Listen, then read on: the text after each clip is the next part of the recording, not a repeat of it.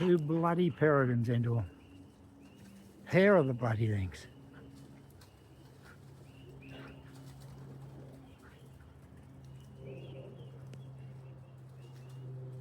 There's one.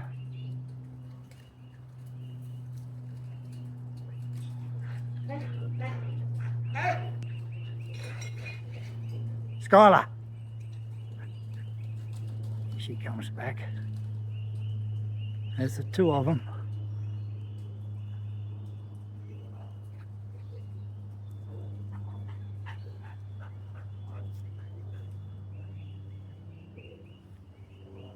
One went that way, there's the other one there. Haven't seen peregrine for a month now. All of a sudden she's back. Here's the other one back.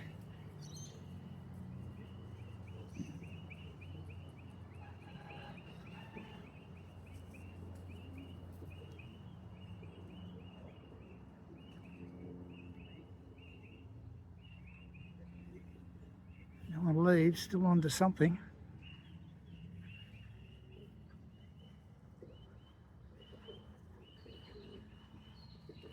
Where she went then? She went in the tree. That's something you see in your loft every day.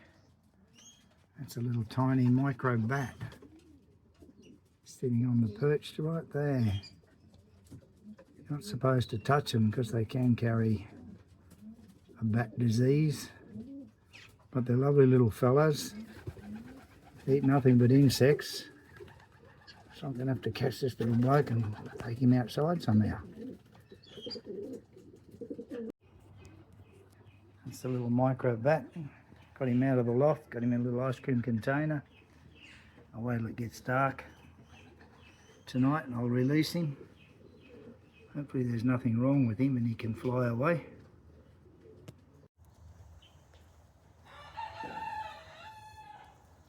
Neighbour's peacock putting on a bit of a display.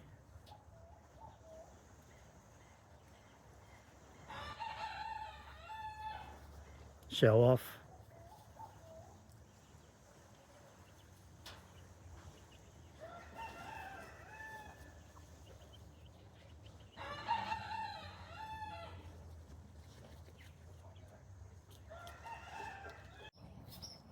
Can have a game of soccer. Righto, drop the ball. That's one to me.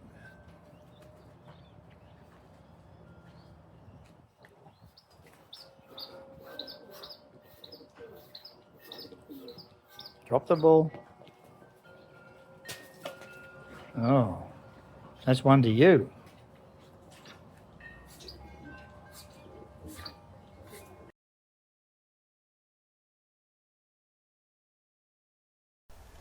I was quite happy with the droppings when I got up this morning. It's Saturday the 23rd of August. We're flying Mitchell again this week. I've got 30 away in the main race and there's another 5 bird special on, so I've got another 5 away with that. The birds that didn't go to the race, I've sent them on their 88 kilometre training flight. I don't have any footage of that because I took the birds out today. The winds here are definitely southwesterly, definitely favouring the pigeons. The trainers, toss birds were home doing 1680, so it's quite quick. But the winds are quite variable. We'll wait and see. 10 AM and we've got some very interesting winds here. Winds coming up from the south. And it's busting here in the middle, just about in the middle of the race courses there. It's turning to a headwind at Mitchell where we're racing today. Down here it's turning and heading straight west, or straight east, but coming from the west to Brisbane. So they're going to do it a little bit slower all the way to about here. Going to get pushed a little bit this way. Then they're going to pick up a bit of tailwind to come back home. So it'll be interesting to see what velocity they do today. Maybe 7 hours. Let's wait and see. Those winds get a bit gusty every now and again. It's mainly southwesterly this week. More southwesterly this week. It's just about 1 o'clock. I'm clocking in from this race point this time last week. 530 k's. A bit more wind last week though. Not much wind now. Right west southwest blowing every now and again. So I haven't put the cameras out. I haven't panicked, have I? No, I've got everything set up. No cameras out yet though. I'm still thinking maybe 7 hours.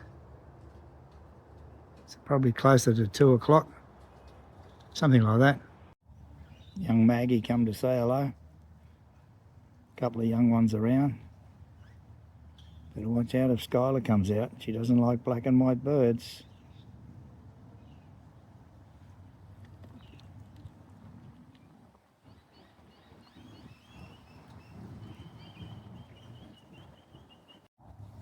It's an absolutely glorious day.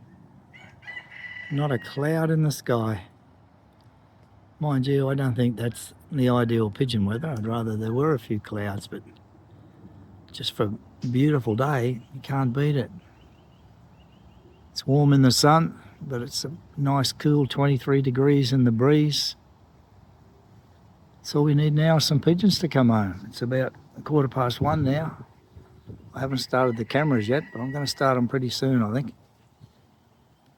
They usually run for about an hour and a half. I think they'll get an hour and a half out of them. So hopefully we'll get one by 2:30. It's 1:30 now. Velocity's down to 1360. I just checked the wind up on the ranges at Toowoomba. Blowing 28 kilometres an hour from the west with gusts to 33. So that's a straight tailwind. So surely we'll get one by 2 o'clock. The first bird came straight out of the north. I guess that wasn't unexpected given the southwesterly winds that were blowing, particularly over towards the ranges. The good thing was she came straight down and straight in and timed herself in.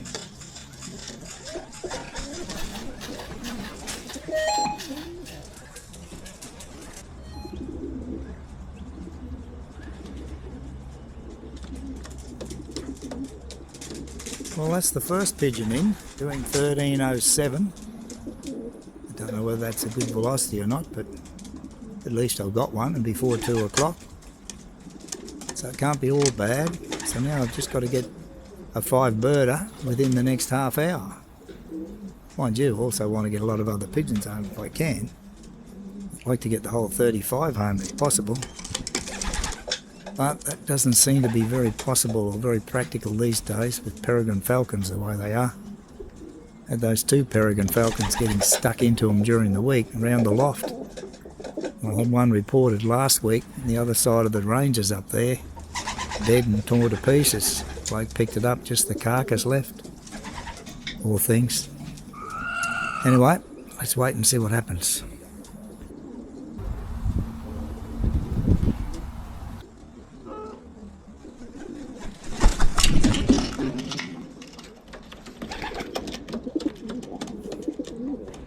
That second bird came in 4 minutes after the first. Not a bad backup pigeon to have.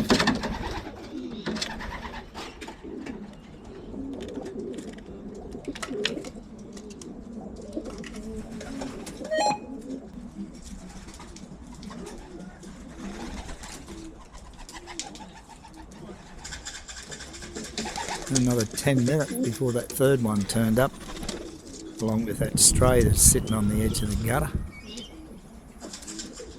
Still waiting for the 5-birder, but it hasn't been half an hour since the first pigeon arrived, and the 5-birders did go up 30 minutes after the main pack. So it's still time to get a good one of those, so fingers crossed.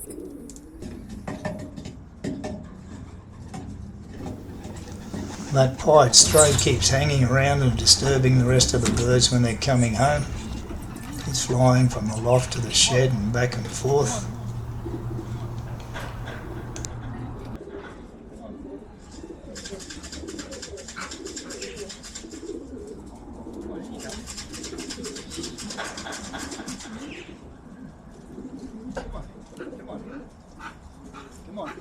In you go. In you go. In you go. Quick. Go on. In you go. Hurry up.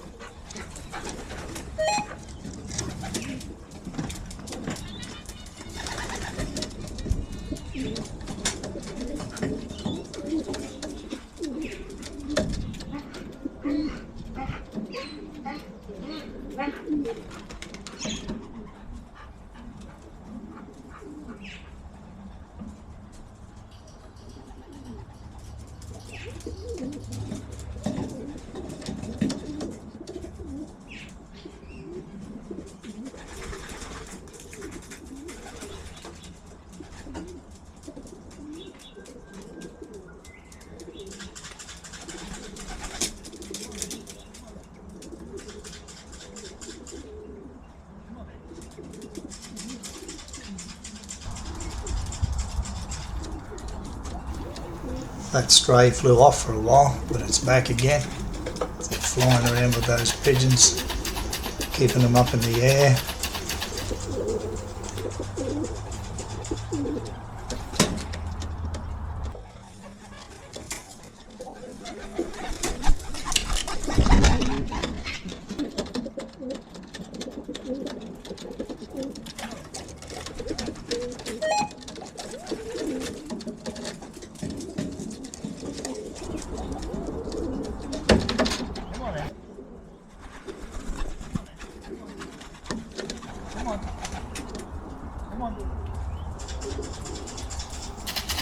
That was the five-birder landing with those two pigeons there. Landed at 205 at 1335 metres a minute. So a bit quicker than the mass release. So I'll have to wait and see how we go.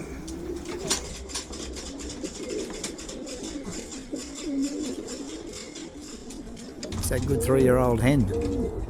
She's been a good pigeon, that one. She's off my best pair. Hasn't done much this year. She was doing really well in the lead-ups in all the early training. She was always first pigeon, but did nothing much in the races. But she's been coming along, so I put her in the five-birder, and she's rewarded me by being home first, doing 13:35, like I said. So that's faster than the first bird in the mass release. We just have to see whether it's a good one or not.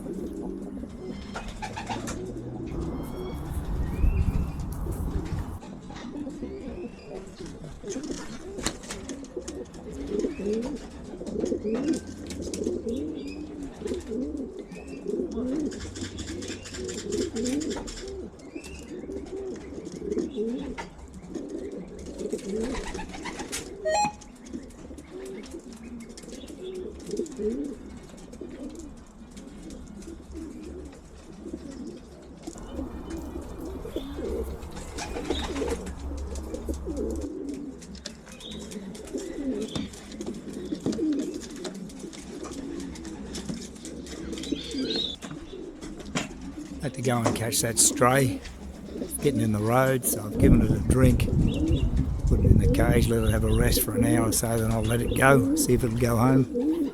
It's a warm day, very warm in the sun. They've come from out west, so it's warmer out there. You see the way they're landing, they're just that little bit dehydrated, so no doubt that stray's a bit dehydrated. So it'll probably pick up once it's had that drink.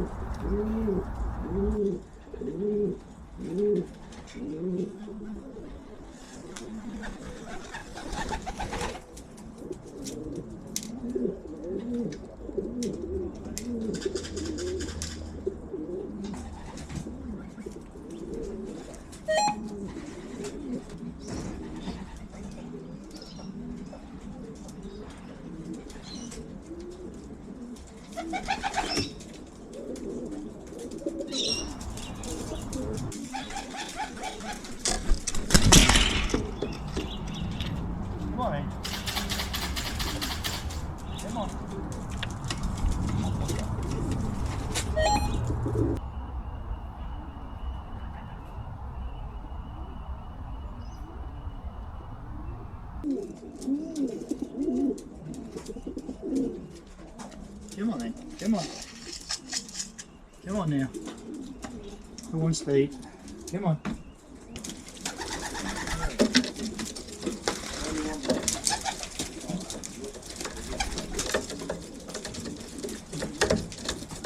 It's 2:30, or just after 2:30. Turning the cameras off. It's 13 birds home from the first release. Just the one pigeon home from the 5-birder. But hopefully some more will come before dark, but they've flowed right down now. So here's another one as I speak. Wait till this one last pigeon comes in, then I'll turn those cameras off. Come on then, come on. Alright, well that's 14. No. That is actually a 5-birder. So there's 2 5-birders home now. Anyway, that's it for this Saturday as far as the cameras are concerned. I ended up winning both the club races, that 5-birder and the main release. Sort of well back in the fed in the main release. I think I was 26th out of 70 odd flyers. Ended up 6th in the 5-bird race. Most of the best velocities were up north of us, which wasn't unexpected given the winds the way they were. But overall, I wasn't too disappointed with that weekend's racing. Sunday morning, bath and relaxation. Another beautiful day. Ended up with 24 home yesterday afternoon. Only another one's come home this morning so far. So I'm hoping for a few more than that. That's the hen I clocked in that hard roamer, nearly 7 hours on the wing. She'd been hawked about a month before that race. She's come home on the weekend and she's been hawked again. Just in the front there, you can't see it much for the feathers, but she's feeling really sad and sorry for herself. So that's her year done. I'll put her aside till next year. It's Sunday afternoon. I'm going to worm the pigeons this afternoon. I don't know if you can see the loft from over there, but I've emptied the drinkers out so they don't have any water at the moment. I fed them this morning and they had about 3 hours of water, which was more than enough. Then I've taken the water away just to create a little bit of thirst. So I use 2 products to worm my pigeons. Adjust that down so you can see it. So the first product I use is this Epronex. Epronex is a cattle pour-on treatment of and control of internal external parasites in beef and dairy cattle. There may be some people who will tell you that a pour-on is not suitable for adding to the drinking water. I can only tell you what I do from a practical point of view, and I've never had any adverse effects, and I've been using it for many, many years. The active ingredient there is epromectin, by the looks of it. I'm not going to use that one today. It's a very good product for all your common worms, your hairworms, roundworms. Also very good for insects damage, you know, like your mites and your lice and stuff. It's the only one I've found that'll remove those little quill mites, the little ones that sit against the quill. It's the only product I've found to remove those. I don't think they do much harm, but there's no such thing as a good mite. The one I'm using today is Equest Plus. This is a horse wormer, but it uses the common ingredients that other wormers do for our pigeons, so it's moxidectin and praziquantel. The good thing about this wormer is that it does your hairworms and your roundworms and also tapeworms. That's why it's called Equest Plus, plus tape, so it takes care of those. This comes in a syringe like this, a plastic syringe. You just have to remove the top. It's a little bit hard to get off at times.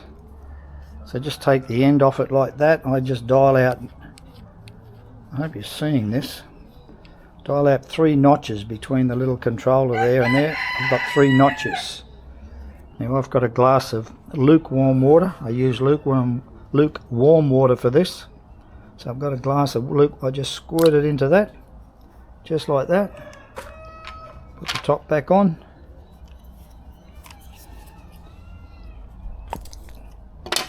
Then I shake it very vigorously. You can see it lying in there like a bit of toothpaste. It's supposed to be shot into the mouth of a horse where it dissolves instantly. That's why I use a little bit of warm water. Make sure that it's dissolving. So I shake that very vigorously. I'll probably do that a little bit more off camera. And then I add that to about 7 litres of water, because that's how much water I need to fill my 2 containers.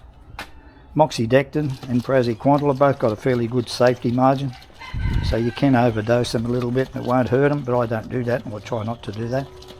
So 3 notches into that jar of warm water. I'll add that into the bucket of water. Then I agitate that. I've got a pump on here.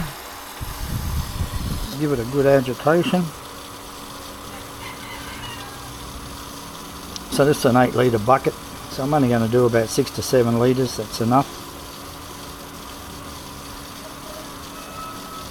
So it's a slight milky look about it. Doesn't have a bad taste, so the pigeons do drink it quite readily, I find anyway. This should be enough. I'll just add that to their drinkers. Stainless steel drinkers. You see it's got a milky look about it. So I'm going to leave that on them for the rest of the afternoon, Sunday afternoon. Leave it on overnight, and I'll leave it on till probably 10 o'clock tomorrow morning. Make sure they've had a very good dose of it. And we'll have a look tomorrow morning and see if we've got any worms. Won't see any hair worms, of course, they're too small to see. But if there's roundworms there, you will see them, and if there's tapeworms there, you will see them. So that drinker is pretty well full. Okay, let's see what happens tomorrow morning. So the returns ended up being pretty good. I ended up with 28 out of 30 and 4 out of 5 in the 5-birder. I've had a good look around this morning after worming them yesterday afternoon. Found one roundworm just there. That's a mature roundworm and it's a fresh one, so it's only been passed this morning. Got all these droppings down here. Didn't find any in those. None up along that tray.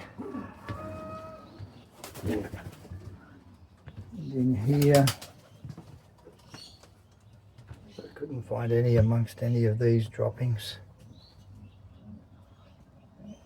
Didn't find any worms amongst any of those. I did find one over here. There's one there. That's a more dried up worm, so that was passed last night. So that on the hen side was none. I couldn't find any over in the hen side. So they didn't have many worms, but there was a couple. There's also some that probably fell down through the wires that I wouldn't be able to see. So anyway, they've been wormed out. I'll leave that worming solution in their water until mid-morning, about 10 o'clock, and I'll change back over. You can see the wet heads they get when they're drinking that worming solution. You see that bloke up there. He's definitely had a drink of it this morning. So like I said, we'll wait till 10 o'clock, change the water over, have one last check for worms.